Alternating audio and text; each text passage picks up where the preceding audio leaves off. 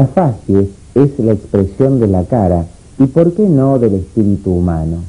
A través del análisis de la misma, podemos detectar con sentido orientativo una determinada patología de aparato o sistema y guiar la exploración médica de dicha manera con sentido discriminativo. Cuando realizamos el análisis de la facies, debemos estudiarla de la misma manera que si estuviéramos estudiando un cuadro o, más concretamente, una obra de arte.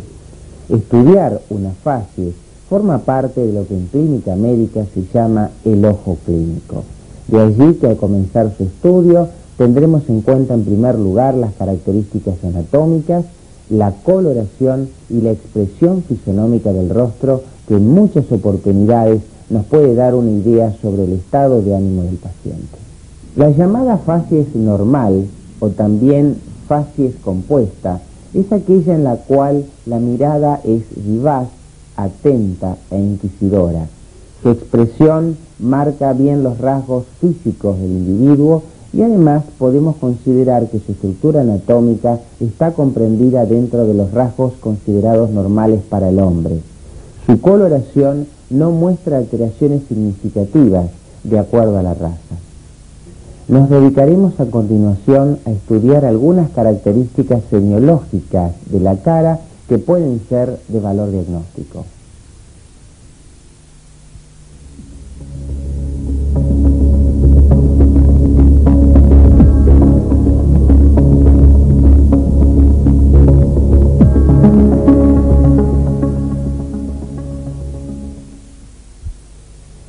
Como comentamos anteriormente, el estudio de las facies puede ser orientativo sobre la existencia de una determinada patología. Cuando estamos ante una facies pálida, las posibilidades diagnósticas se orientan hacia una reacción vasomotora, como puede ser, por ejemplo, la exposición al frío, o bien la existencia de un síndrome anémico. Para ello, el estudio de la piel debe ser acompañado del estudio de las mucosas. La eversión del párpado inferior puede demostrar la palidez de la conjuntiva, como así también se puede apreciar la palidez en las uñas. A veces la palidez de las mismas suele acompañarse de una deficiencia en el relleno capilar y otras veces pueden aparecer alteraciones tróficas de las mismas, como en este paciente, en la cual pueden observarse las llamadas uñas en cucharita o coiloniquia, que suelen acompañar a las anemias ferropénicas. Finalmente, la observación de la lengua puede demostrar la existencia de lesiones tróficas, como ser la depapilación lingual, que en el fondo de una facies pálida puede ser sugestiva de una anemia megaloblástica. La presencia de una facies amarillenta debe poner al médico ante el diagnóstico de una probable ictericia. La misma es la coloración amarilla de la piel y de las mucosas cuando la bilirrubinemia total supera los 2 mg/100. Ante un paciente ictérico, las posibilidades diagnósticas pueden obedecer a un acortamiento de la vida media de los glóbulos rojos, a una lesión hepatocelular o bien a una compresión de la vía biliar. En este caso, la existencia de estigmas como ser la ascitis, es decir, la acumulación anormal de líquido en la cavidad abdominal, la circulación colateral y la presencia de arañas vasculares, fue sugestivo de la presencia de una cirrosis, lesión que quedó demostrada por la punción biopsia hepática. Ante una facies rojiza o rubicunda, el médico debe plantear los siguientes diagnósticos diferenciales. En primer lugar, tener en cuenta la exposición prolongada a los rayos solares. En segundo lugar, la posibilidad de un cuadro febril, de un cuadro de alcoholismo agudo, una eritrodermia, la hipertensión arterial o bien un proceso séptico. Ante una facies bronceada o melanodérmica, debe plantearse la posibilidad de una exposición prolongada a los rayos solares, una ictericia crónica, una insuficiencia suprarrenal primaria crónica o enfermedad de Addison, el empleo de drogas quimioterápicas como la bleomicina, una porfiria cutánea tarda o bien una hemocromatosis. En este caso, se trató de una paciente de 55 años que consultó por hiperpigmentación cutáneo-mucosa progresiva. Dicha hiperpigmentación tomaba las manos y fundamentalmente sus pliegues cutáneos. La mejor manera de objetivar el cambio de la coloración es pidiéndole al paciente su evolución fotográfica. En ellas pueden apreciarse los cambios de coloración de las facies en el transcurso del tiempo. La presencia de esta orina rojiza, acompañada de una elevada eliminación urinaria de uro y coproporfirinas, hizo el diagnóstico de porfiria cutánea tarda. La facies melanodérmica también puede ser racial o bien, como en este caso, corresponder a una enfermedad de Addison. En este caso, se trató de un paciente de 50 años quien consultó por hiperpigmentación cutáneo-mucosa progresiva con una placa pulmonar patológica y una baciloscopía de esputo que demostró la existencia de una tuberculosis con gran compromiso sistémico. En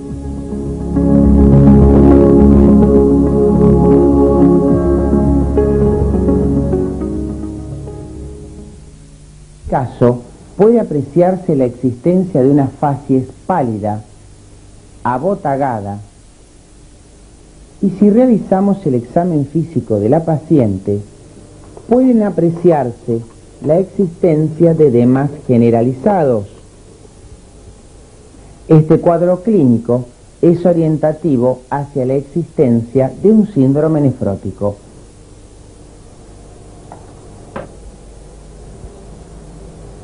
Comenzaremos el estudio de las distintas facies endocrinológicas.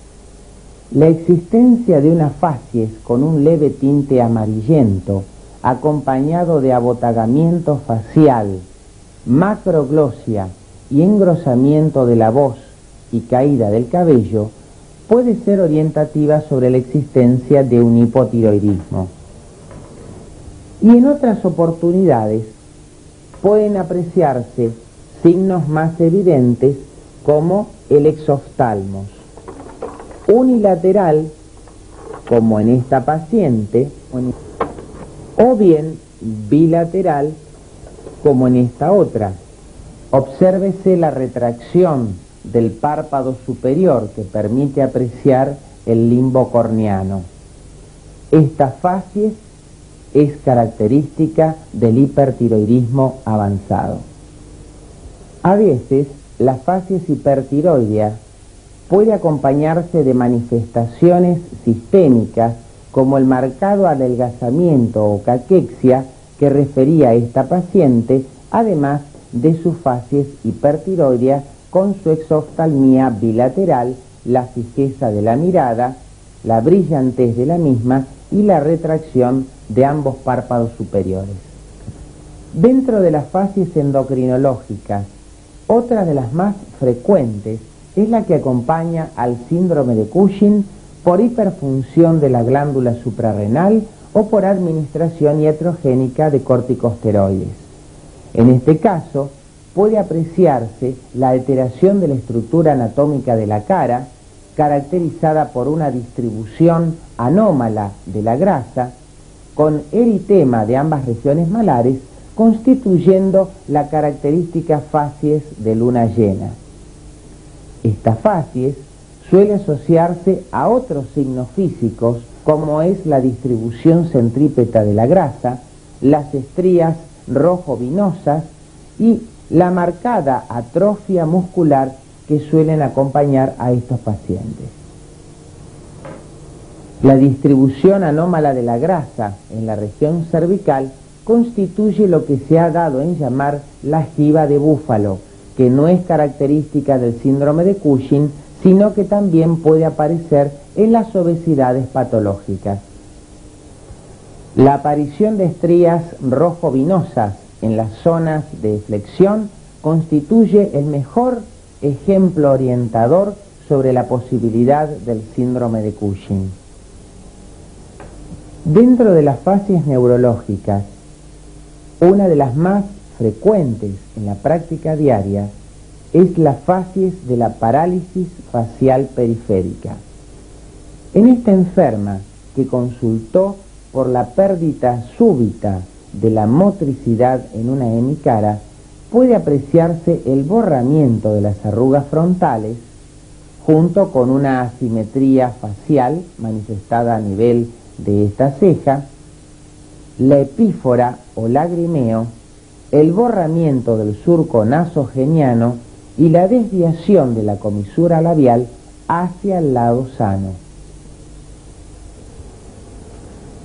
Otra de las facies más frecuentes de apreciar es la facies hipomímica o facies seria que acompaña a la enfermedad de Parkinson. Esta enfermedad degenerativa provocada por la deficiencia de dopamina en la vía nigroestriada suele acompañarse de otras alteraciones del examen físico, como es la marcha característica a pequeños pasos, el encurvamiento del cuerpo hacia adelante al marchar y un temblor característico de las extremidades distales de los dedos que da al paciente la característica sensación de estar contando monedas. Otra de las facies neurológicas frecuentes en la práctica diaria es la facies de la miastenia gravis. Esta enfermedad, que se caracteriza por debilidad e impotencia funcional muscular, tiene la característica de que la paciente, con el transcurso del día, nota la tosis palpebral uni o bilateral en forma progresiva y sostenida. Esto obliga muchas veces a la misma a llevar su cabeza hacia atrás y de esta manera conforma lo que se denomina las facies de astrónomo, como en el caso de esta otra paciente, en la cual quedan expuestas ambas escleróticas. La parálisis del tercer par o nervio motor ocular común determina la tosis palpebral, es decir, la disminución de la hendidura palpebral. En este caso, ello obedece a una parálisis del elevador del párpado superior que está inervado por dicho par craneano. Al levantar el párpado superior, que anteriormente lo habíamos visto tosado, lo primero que nos llama la atención es la diferencia de tamaño entre ambas pupilas. Esto se denomina anisocoria y se puede apreciar en la parálisis del motor ocular común. Por otra parte, este par craneano inerva el recto interno del ojo. Por lo tanto, el predominio de la acción del recto externo, inervado por el motor ocular externo, hace que el ojo quede desviado hacia afuera, como se puede apreciar en este paciente.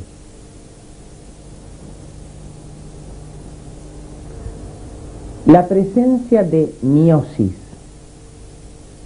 enoftalmía y disminución de la hendidura palpebral debe hacer sospechar al médico la existencia de un síndrome de Claudio Bernard Horner. Este síndrome se produce por una inhibición del sistema simpático cervical provocado por tumores del ápice pulmonar. En este caso, se trató de un paciente que a su cuadro clínico lo acompañaban importantes adenopatías supraclaviculares como se puede ver en esta imagen. Algunas colagenopatías muestran facies características, como la de esta paciente, que se caracteriza por un enrojecimiento en alas de mariposa en la región malar.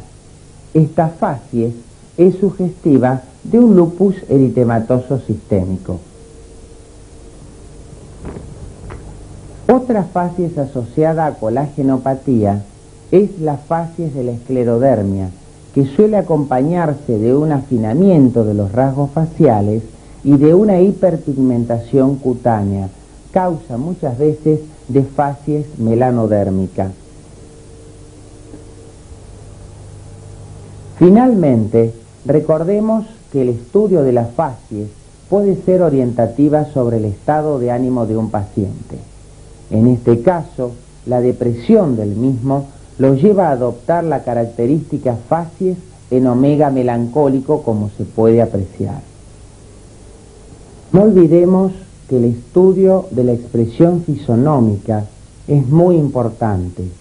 Ello nos permite reconocer qué está pasando por la mente de nuestro paciente en un momento determinado, reflejar sus angustias, mostrar sus miedos, mostrar su ansiedad y fundamentalmente reflejar toda la expectativa que él tiene depositada en nuestro acto médico. Para finalizar, quisiera dejarles una reflexión. Analizar un enfermo prescindiendo de sus facies es exactamente igual que intentar expresar un pensamiento prescindiendo del lenguaje.